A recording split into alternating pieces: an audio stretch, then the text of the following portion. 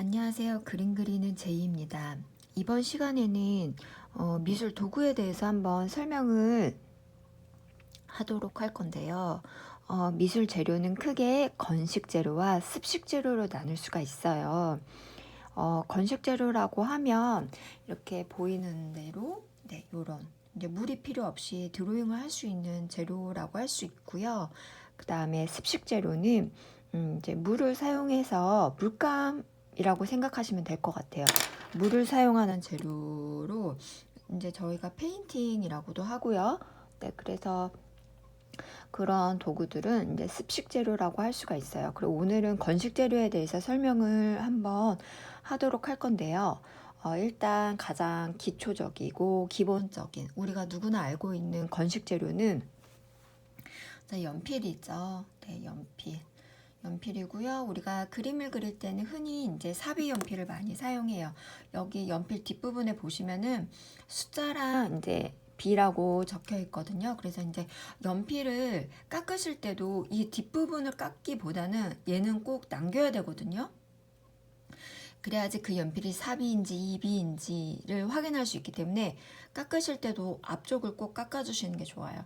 그래서 미술용 연필은 사비를 가장 많이 써요.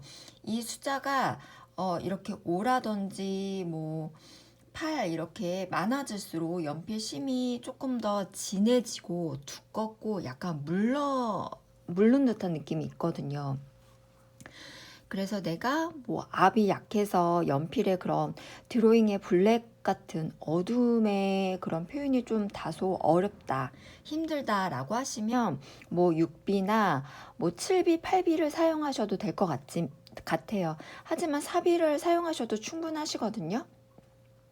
4B를 사용하셔도 충분하시고 이 B는 블랙의 B자. 네. 그 약자예요.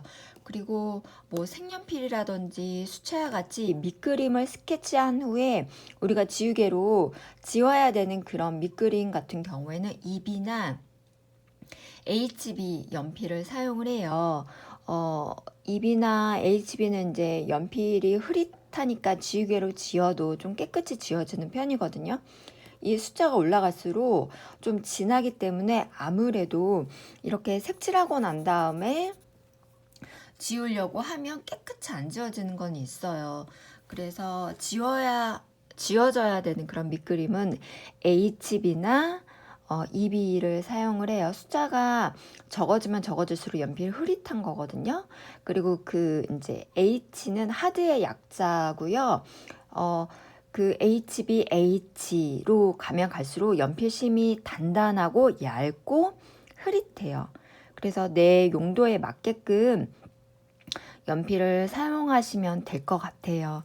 그리고 대표적인 건식 재료는 뭐 연필이 있을 수 있고 저는 거의 이거 톰보 연필을 주로 사용을 해요. 그래서 그냥 이게 익숙해서 막 좋다 나쁘다라기보다는 그냥 이게 익숙해서 톰보를 많이 사용하는 편이고 스테들러도 많이 사용하시는 것 같아요. 스테들러.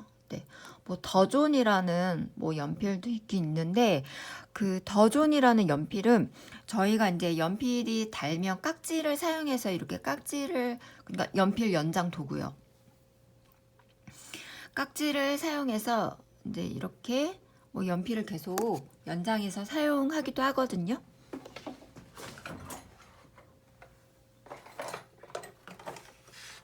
네, 이렇게 이게 이제 깍지. 이제 연필이 이렇게 짧아졌을 때는 이런 깍지를 사용을 하셔서 조금 더 연필을 오래 사용하실 수도 있어요. 근데 아까 제가 말씀드린 이 더존이라는 연필은 깍지가 잘 안 들어가더라고요. 깍지가 잘 안 들어가서 네, 좀 그런 게 불편했어요. 네, 근데 연필은 뭐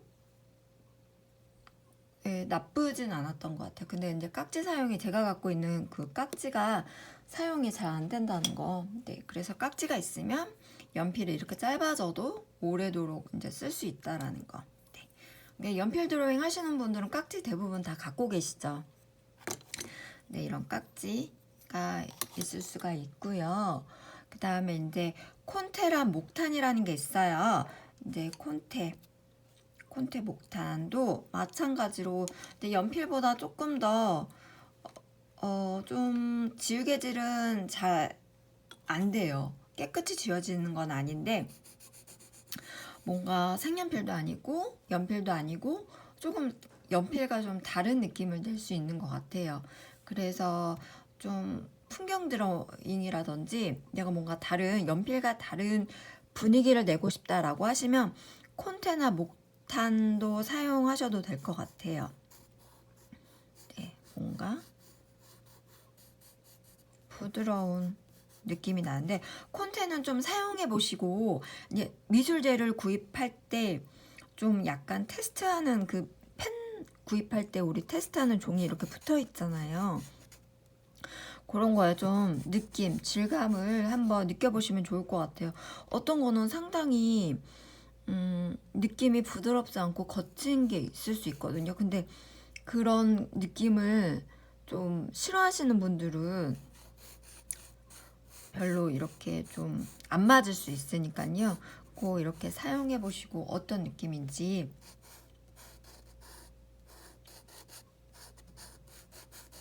연필도 하나 그려볼까요? 이비는 이런 느낌. 확실히 적당히 진하면서 적당히 부드러운 느낌이 나요. 그 다음에 한번 오비로 확실히 이비보다 바로 진하게 나오네요. 얘는 이비고요. 얘는 오비예요. 네, 오비고 얘는 이제 콘테. 네. 목탄은 저는 목탄을 잘 쓰진 않는데 목탄 드로잉 그러니까 우리가 소묘를 할 때 연필 소묘도 있지만 목탄 소묘도 있거든요. 목탄 소묘 하시는 분들 보면 엄청 분위기 좋고 진짜 멋있더라고요. 그래서 목탄 소묘도 되게 좋을 것 같아요. 그리고 이제 연필 소묘라든지 목탄 소묘를 하실 때 찰필이라는 걸 쓰기도 하는데 연필 모양으로 생긴 거예요. 흰색으로. 찰필을 제가 안 갖고 있어요. 네, 있었는데 어디 있는지 지금 몰라서 찰필이라는 건 이제 연필을 조금 더 부드럽게 블렌딩, 그 뭉개트릴 때 약간 효과적인 거. 근데 저는 약간 손으로 뭉개트리는 편이어가지고 근데 아무래도 찰필이 더 부드럽게 뭉개트려지겠죠. 그래서 유튜브에 아마 찰필 쓰는 방법 쓰면 검색하시면 많이 나오더라고요. 근데 저는 안 써버릇해가지고 잘 사용을 안 하는 것 같아요. 근데 이제 습관만 잘 들이면 좋은 재료인 것 같아요. 찰필. 네. 찰필이라는 게 있고 제가 지금 여기다 적어 드릴까요? 연필. 건식 재료는 연필. 그 다음에 콘테, 목탄,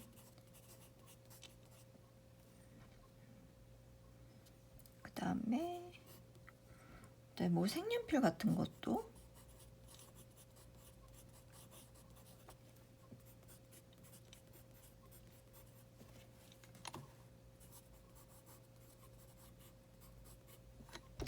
뭐 물이 필요하지 않는 재료는 다 모두 건식 재료가 될 것 같아요. 목탄은 그냥 문구점 가도 되게 많이 팔거든요. 검은색에 이제 나무를 태운 듯한 그런 건데 목탄도 잘 사용하시면 저는 목탄도 되게 좋았던 것 같아요. 부드럽고 목탄 지우개를 되게 잘 지워져요. 그런 거를 사용하시면 될 것 같고 그 다음에 이제 색연필 같은 경우에는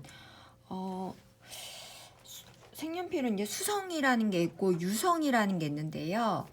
수성 색연필은 대표적으로 가장 많이 쓰이는 거 파버카스텔 많이 쓰시죠. 이거 보타니컬 아트 할 때도 정말 많이 쓰시는 것 같더라고요.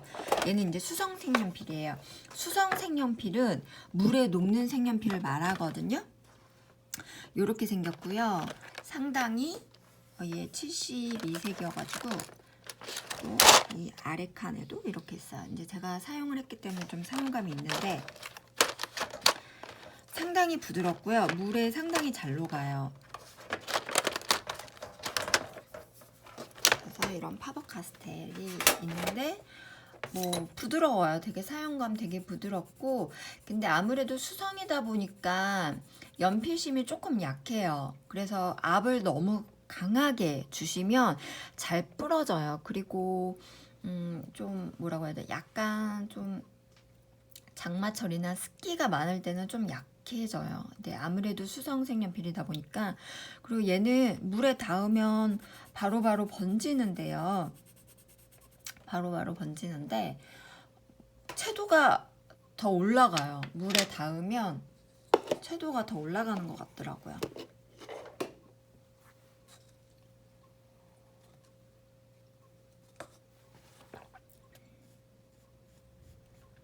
더 이렇게 밝아지는 게 느껴지시나요? 네.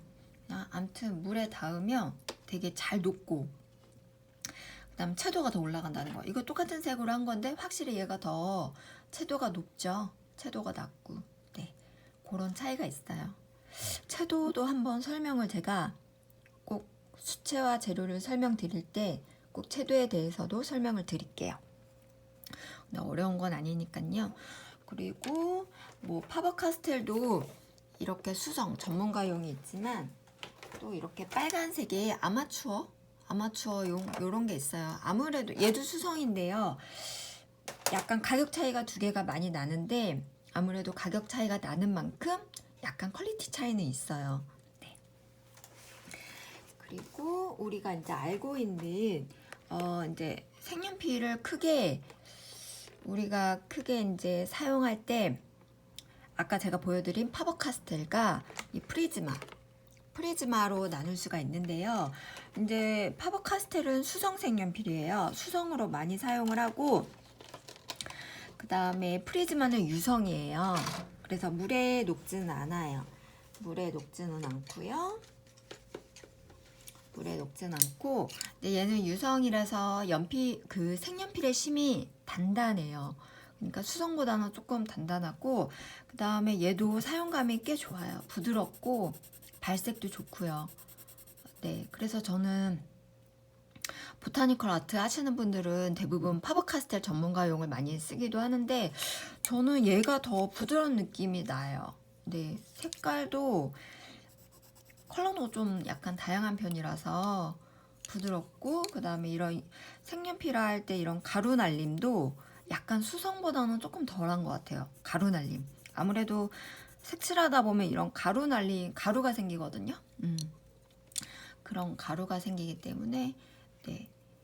아무래도 저는 뭔가 두 개 다 좋게 잘 사용하긴 하는데 약간 자기한테 맞는 거를 한번 해보시고 좀 적합한 거를 하시면 좋을 것 같아요. 약간 물에도 좀 녹이면서 수채화 느낌을 원하시면 수성 색연필을 사용하시면 되시고, 나는 좀 단단하면서도 그냥 약간 좀 발색적인 거, 좀 부드러운 느낌을 좋아하시면 프리즈마도 많이 사용하시고요. 근데 이거는 너무 주관적이어가지고 누구는 파버카스텔이 더 부드럽다라고 하시는 분도 계시고 프리즈마가 더 부드럽다라고 하시는 분도 계시고, 네, 사람마다 이게 주관적인 느낌이 다르니까요. 자기한테 맞는 그런 재료를 사용하시면 될 것 같아요. 그리고 이제 색연필 하다 보면은 이 블렌더라는 게 있어요. 네, 이런 저는 잘 안 쓰는데 뭐 색연필이라든지 드로잉 할 때 이거 블렌더 이런 거 쓰기도 하더라고요. 그리고 이제 미술 재료를 어디서 구입을 해야 되는지도 참, 네, 고민일 때가 있거든요. 그래서 미술 재료는 대부분